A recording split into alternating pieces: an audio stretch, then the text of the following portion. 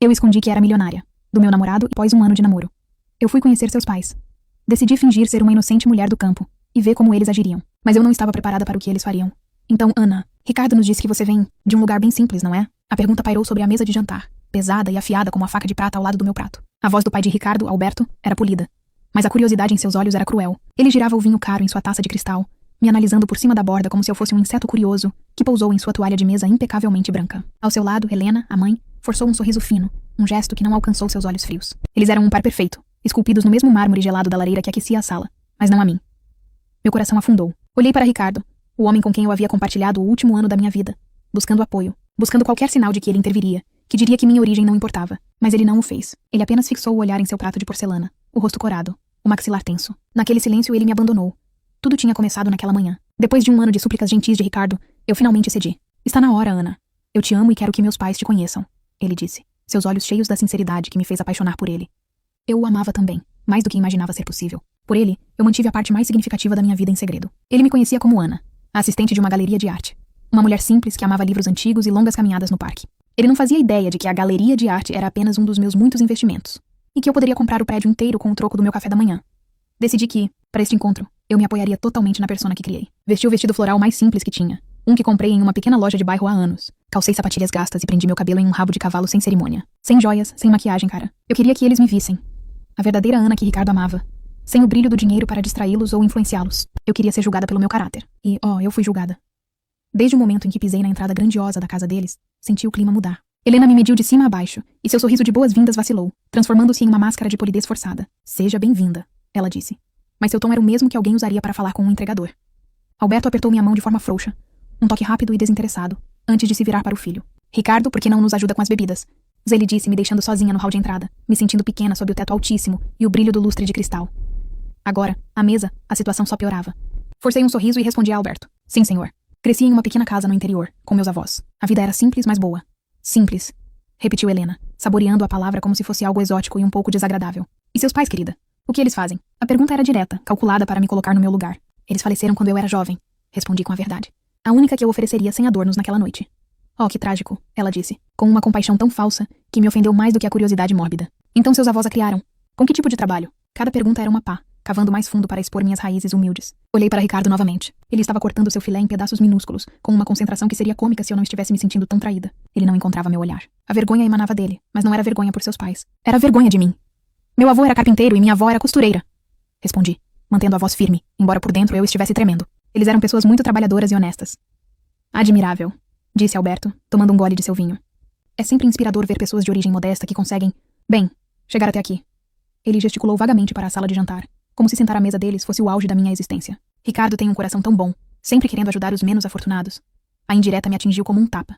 Eu não era um projeto de caridade. Eu era a namorada do filho deles, a mulher que ele dizia amar. Mas para eles, eu era apenas a pobre coitada que Ricardo havia resgatado. O silêncio dele ao meu lado era a confirmação de que, talvez no fundo, ele também me visse assim. Aquele pensamento abriu uma fissura em meu coração. Eu não estava apenas fingindo ser uma mulher simples. Naquela mesa, eu me sentia invisível, reduzida a um estereótipo que eles criaram para mim. A noite estava apenas começando, e eu já sentia um frio na alma que o fogo da lareira não conseguia alcançar. O restante do jantar se arrastou em uma tortura lenta e educada. Eu mal toquei na comida.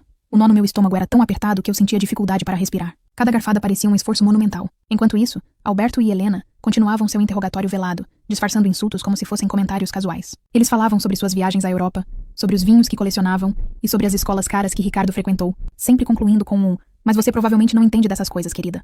E a cada comentário, o silêncio de Ricardo se tornava mais ensurdecedor. Ele não era apenas um espectador passivo, sua inação era uma forma de concordância.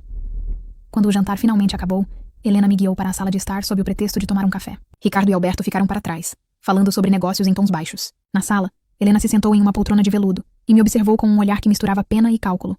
Ana, querida. Ela começou, a voz suave como seda. Eu estive pensando. Você me parece uma moça esforçada. E bem, sei que as coisas devem ser difíceis para você. Eu apenas assenti, sem saber aonde ela queria chegar com aquela conversa. Nós temos uma equipe que cuida da casa. Claro! Ela continuou gesticulando para a sala impecável. Mas a nossa faxineira principal está ficando mais velha e pensamos em contratar uma ajudante para ela. Seria um trabalho simples, algumas vezes por semana. Ajudaria você a ter uma renda extra, a comprar umas roupas melhores. Ela me olhou de cima a baixo novamente, e desta vez seu desprezo pelo meu vestido simples era óbvio. O que me diz? Poderíamos te pagar um valor justo. O ar saiu dos meus pulmões. Ela estava me oferecendo um emprego, não como uma gerente em uma de suas empresas, não como uma assistente, mas como faxineira. A humilhação foi tão intensa que por um momento fiquei sem palavras. Ela não me via como a namorada de seu filho. como um membro em potencial da família. Ela me via como a empregada. Forcei um sorriso trêmulo. É uma oferta muito inesperada, senhora. Vou pensar a respeito. Nesse momento, Alberto e Ricardo entraram na sala. Alberto ouviu o final da nossa conversa e sorriu com aprovação para a esposa. Que ideia maravilhosa, querida. Sempre pensando em como ajudar. Ele se virou para mim, colocando uma mão paternalista em meu ombro. Veja bem, Ana. Nosso Ricardo é um bom rapaz, mas ele é ambicioso.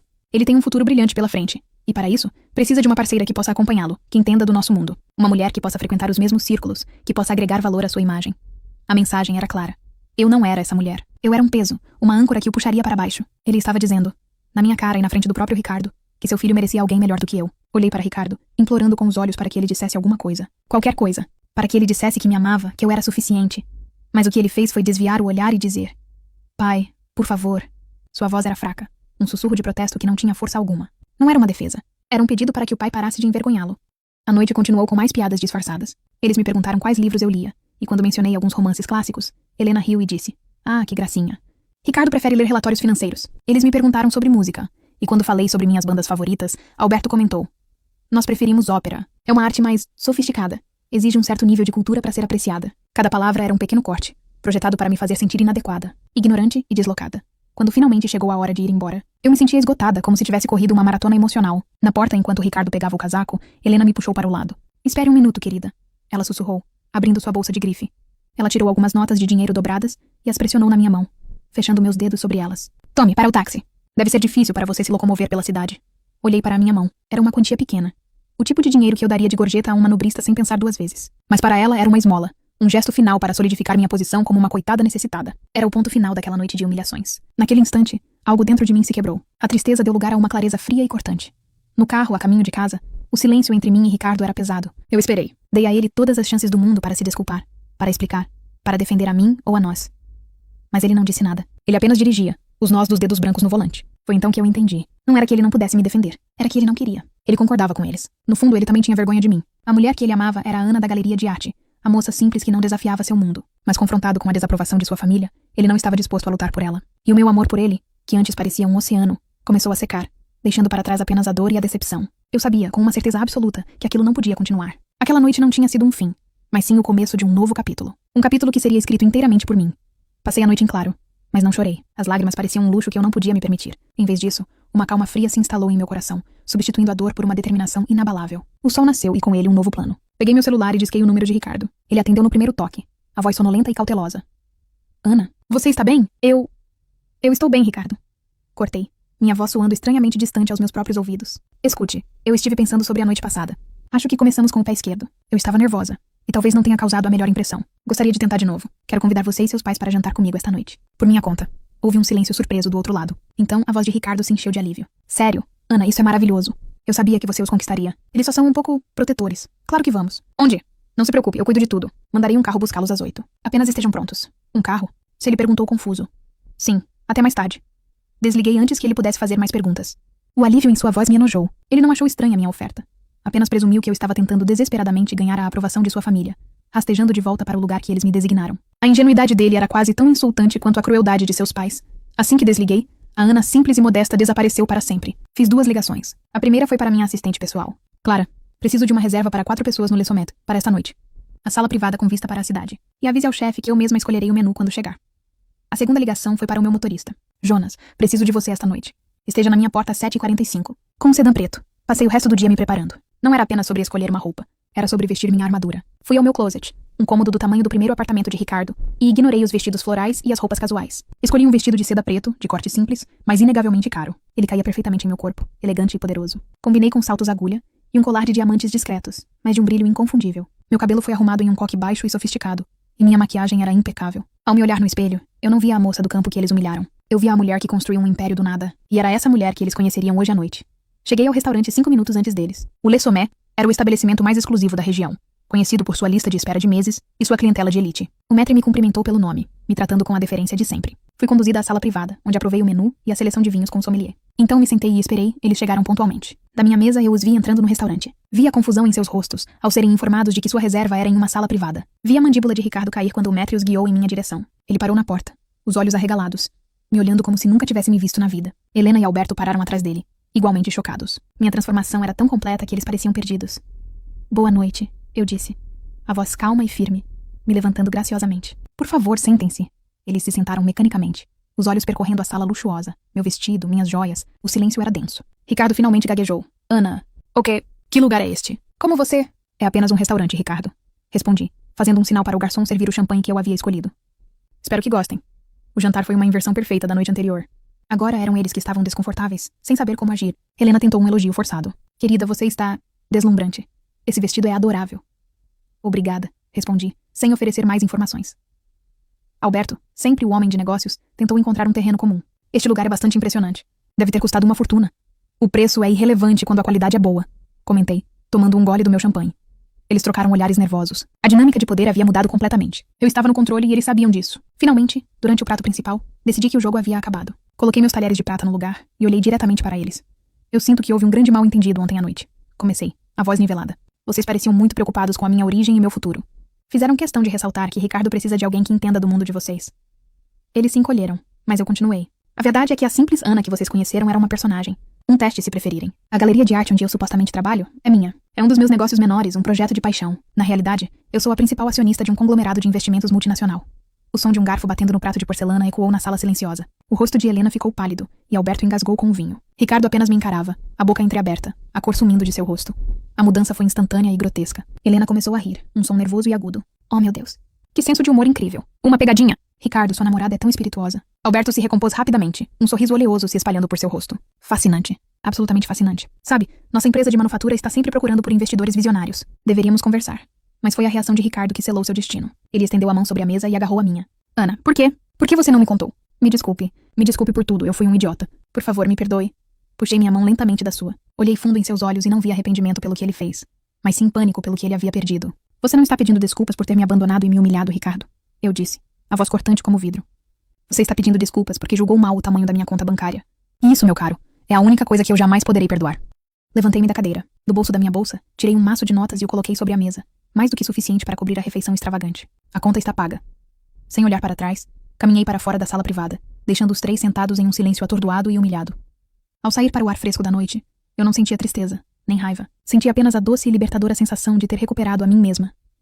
Nos dias que se seguiram àquele jantar, meu mundo voltou ao seu ritmo normal, mas o de Ricardo e sua família virou de cabeça para baixo. Eu não precisei mover uma palha para que isso acontecesse. A verdade, como sempre, tem seu próprio jeito de vir à tona. Ricardo me ligou dezenas de vezes. As mensagens se acumulavam no meu celular, passando de pedidos de desculpas desesperados para súplicas, e, finalmente, para acusações amargas. Bloqueei seu número sem ler a maioria delas. Ele não merecia mais um segundo do meu tempo. Cerca de uma semana depois, eu estava em meu escritório, um andar inteiro de um arranha-céu com vista panorâmica da cidade, revisando propostas de investimento com minha assistente, Clara. Era uma rotina, algo que eu fazia todas as semanas. Clara me entregou uma pasta, e ao abri-la, um nome familiar saltou da página. Manufaturados Almeida em Filhos. A empresa de Alberto. Esta chegou ontem, disse Clara. Eles estão pedindo uma injeção de capital de emergência. Parecem estar em uma situação financeira bastante precária. A dívida deles é enorme. Li o relatório com um interesse frio e profissional. Os números contavam uma história de má gestão, de gastos excessivos e de uma recusa teimosa em se adaptar a um mercado em mudança. Eles estavam à beira da falência, se agarrando à última esperança de que um investidor desavisado os salvasse. O pedido de investimento que Alberto queria me fazer naquele jantar era, na verdade, um pedido de socorro. Eles não queriam apenas o meu dinheiro. Eles precisavam dele para sobreviver. Uma pequena e sombria satisfação percorreu meu corpo, mas eu a afastei. Eu não era como eles. Minhas decisões de negócios eram baseadas em lógica, não em emoções mesquinhas. E, logicamente, a empresa deles era um péssimo investimento. Peguei minha caneta de tinta preta e, na primeira página da proposta, escrevi uma única palavra em letras grandes e firmes. Negado. Entreguei a pasta de volta para Clara. Envie a resposta pelo canal padrão, sem nenhuma nota adicional. Entendido, disse ela, sem fazer perguntas.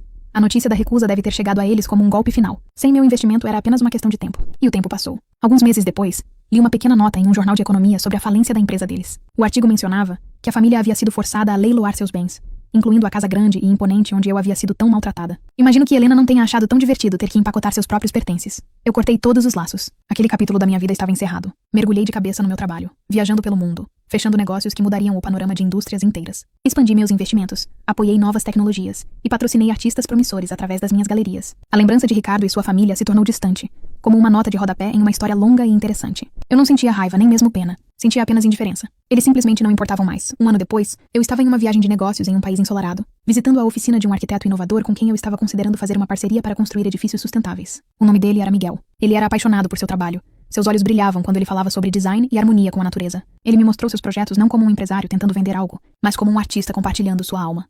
Naquela noite, ele me convidou para jantar em um pequeno restaurante local, longe do luxo a que eu estava acostumada. Comemos comida simples e deliciosa sob um céu estrelado, conversando por horas sobre tudo e nada. Ele me perguntou sobre minha vida, e eu contei a ele sobre minha jornada, sobre como construir tudo o que tinha a partir do zero. Eu não escondi nada, nem minha riqueza, nem as cicatrizes que a vida havia deixado em mim. Miguel ouviu com atenção, e quando terminei, ele não olhou para mim com admiração interesseira ou inveja. Ele sorriu, um sorriso genuíno e caloroso. Você é uma mulher incrível, Ana, ele disse, sua voz cheia de um respeito que eu nunca tinha ouvido na voz de Ricardo. Não por causa do que você tem, mas por causa de quem você se tornou para conseguir tudo isso. Naquele momento, sentada em uma cadeira de madeira simples, em um restaurante sem estrelas, do outro lado do mundo, eu me senti mais rica do que nunca. A felicidade que me preencheu era real, conquistada não por uma reviravolta dramática sobre aqueles que me desprezaram, mas pela minha própria capacidade de seguir em frente, de construir uma vida tão plena e brilhante que as sombras do passado simplesmente não conseguiam alcançá-la. Eu havia superado, e essa eu descobri, era a forma mais verdadeira e satisfatória de todas as vitórias.